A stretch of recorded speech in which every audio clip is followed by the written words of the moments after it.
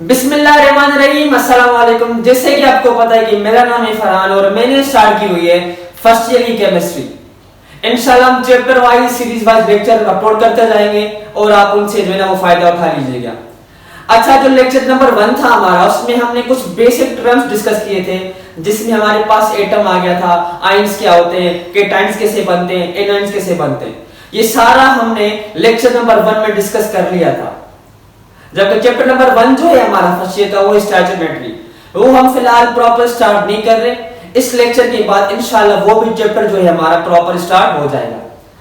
अच्छा, इस लेक्चर में जो हमारे पास दो बेसिक टर्म्स होंगे, एक हमारे पास कंपाउंड होगा, दूसरा हमारे पास मॉलिक्यूल होगा।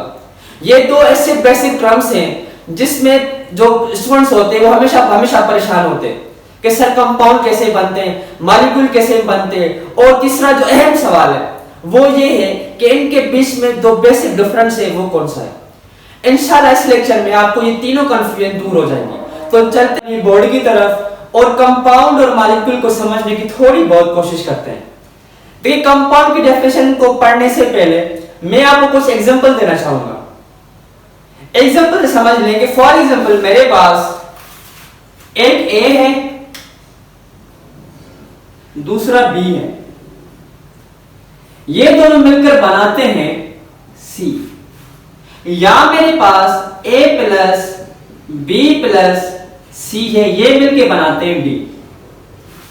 आप बोलेंगे ये सर फरहान जो है ना वो एबीसी क्या कर रहा है, केमिस्ट्री एबीसी कहां से आ गए। लेकिन घबराने की बात नहीं है, ये मैंने आपको जस्ट एग्जांपल दिया हुआ है कि अगर आप दो या दो से ज्यादा चीजों को मिलाएंगे तो एक न्यू चीज बनकर आपके सामने आएगी, और जो वो न्यू चीज बनकर आपके सामने आएगी, आपके सामने पेश होगी, आपके सामने हाजिर होगी, वो होगा कंपाउंड। उसको बोलेंगे हम कंपाउंड। केमिस्ट्री में ये कैसे बनेगा? केमिस्ट्री में जब दो या दो से ज्यादा एलिमेंट्स आपस में जुड़ेंगे, मिलेंगे, ताल्लुकात रखेंगे, तो एक न्यू चीज सी बन के आपके सामने पेश आएगी। वो जो न्यू चीज बन के आपके सामने पेश आएगी वो होगा कंपाउंड। अब केमिस्ट्री में ये कैसे काम करती है, चलते हैं बोर्ड की तरफ। पहले तो इसकी डेफिनेशन देख लेते हैं कि when two or more than two elements are chemically combined, कि जब दो या दो से ज्यादा एलिमेंट्स जो हैं हमारे केमिकल बॉन्ड्स बनाए और रिजल्ट में हमारे एक न्यू चीज बने, उसको बोलेंगे कंपाउंड। अब इसमें जो ज़हन-नशीन करने की बात यह है कि वो जो कंपाउंड हमारा बनता है उसमें फिक्स्ड रेशो। अब रेशो का मतलब क्या है यहां पर, कि यहां पर हमारे एटम्स इक्वल होने चाहिए। इक्वल का मतलब यह है, अगर मैं यहां पर वाटर का कंपाउंड लूं या मैं साल्ट का कंपाउंड लूं, तो साल्ट का जो फार्मूला है वो सोडियम क्लोराइड। कौन सा है? Sodium NaCl। ये क्या यहां पर ये कंपाउंड है। अगर मैं यहां पर इसको Na2Cl कर दूं तो यहां पर इनका मास भी अलग हो गया, यहां पर इनका नंबर ऑफ एटम्स भी क्या हो गए, अलग हो गए। तो यहां पर ये साल्ट नहीं रहा। अगर हमारे पास कोई कंपाउंड हम बनाना चाहते हैं तो याद रखें, ज़हन-नशीन कर लें कि हम उनका मास बिल्कुल फिक्स रखेंगे, उनके नंबर ऑफ एटम्स बराबर रखेंगे। जैसे कि वाटर का फार्मूला है H2O, लेकिन मैं कहूंगा वाटर का जो फार्मूला है वो H3O, जो कि एसिड है। ये एक एसिड का फार्मूला है। हालांकि जो वाटर होता है वो होता है H2O। यहां पर नंबर ऑफ एटम्स चेंज हो गए, और नंबर ऑफ एटम्स चेंज होने की वजह से इनका मास भी क्या हो गया, चेंज हो गया। तो कहने की बात ये, बताने की बात ये, बताने का मकसद ये कि हम जब कंपाउंड बनाएंगे या कंपाउंड हमारे पास होगा, ये शर्त लाजमी है कि उसका जो मास होगा वो फिक्स होगा। इसकी ये बहुत अहम प्रॉपर्टी है। अच्छा, दूसरी बात इसमें यह है कि जो केमिकल कंपाउंड बनेगा, जो एलिमेंट्स केमिकल कंपाउंड बनाएंगे, जब दो या दो एलिमेंट्स आपस में मिलकर केमिकल कंपाउंड बनाएंगे तो वो जो कंपाउंड होगा उसकी जो प्रॉपर्टीज होंगी वो बिल्कुल अलग होंगी। वो जो एलिमेंट से प्रॉपर्टीज रखेगा वो बिल्कुल अलग रखेगा। ये है हमारे पास कंपाउंड। कंपाउंड की कुछ मिसालें देख लेते हैं। जैसे कि हमारे पास carbon dioxide, carbon dioxide CO2, यह हमारे पास क्या है, कंपाउंड है। मीथेन CH4 मार्श गैस, जो कि हम घर में इस्तेमाल करते हैं, ये भी क्या है, कंपाउंड है।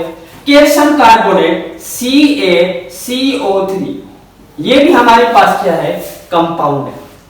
आई बात समझ में कि जब हम कंपाउंड बनाएंगे तो जाहिर सी बात है कि हम उसका जो मास है वो फिक्स रखेंगे, नंबर ऑफ एटम भी फिक्स रखेंगे। चलते हैं मॉलिक्यूल की तरफ, उसके बाद उनके मेन डिफरेंस देखेंगे। अब मॉलिक्यूल जो है smallest fundamental unit of chemical substance retaining chemical properties.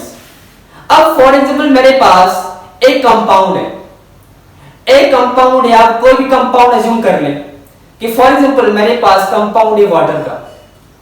अब वाटर में से अगर मैं एक मॉलिक्यूल निकालूंगा तो वो क्या हो जाएगा, स्मॉलेस्ट फंडामेंटल पार्टिकल। तो वो हमने किससे निकाला, कंपाउंड से निकाला। जो उसमें प्रॉपर्टीज होंगी वाटर में, जो मैंने स्मॉलेस्ट पार्टिकल निकाला हुआ है, वो भी किसकी होगी, उस कंपाउंड की होगी। आ रही बात समझ में? जब मैं कंपाउंड में से वाटर का मॉलिक्यूल निकालूंगा, स्मॉलेस्ट फंडामेंटल पार्टिकल, जिसमें केमिकल प्रॉपर्टीज भी किसकी होंगी, कंपाउंड की होगी। तो सिंपल इसको बोलते हैं मॉलिक्यूल।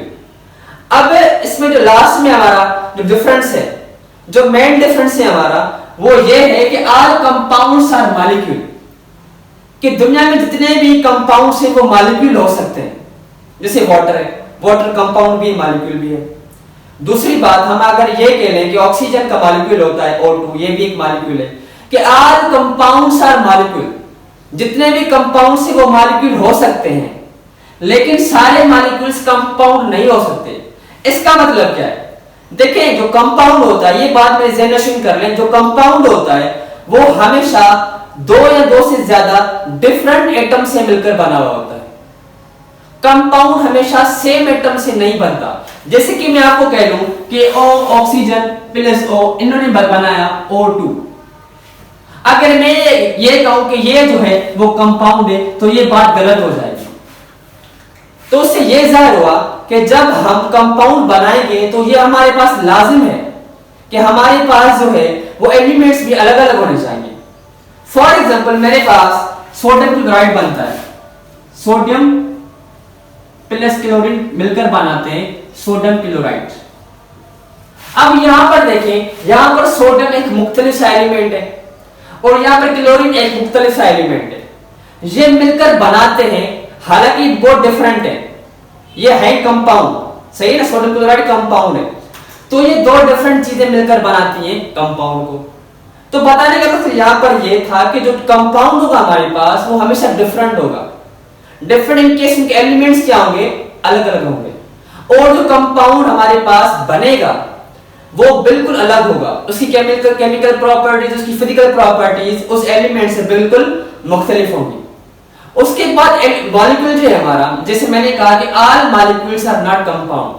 ये इसका जो एक मेन रीजन है कि ये जो मॉलिक्यूल बनता है ये एक जैसे एटम्स में बन जाता है, जबकि कंपाउंड अलग अलग एटम से मिलकर बनता है।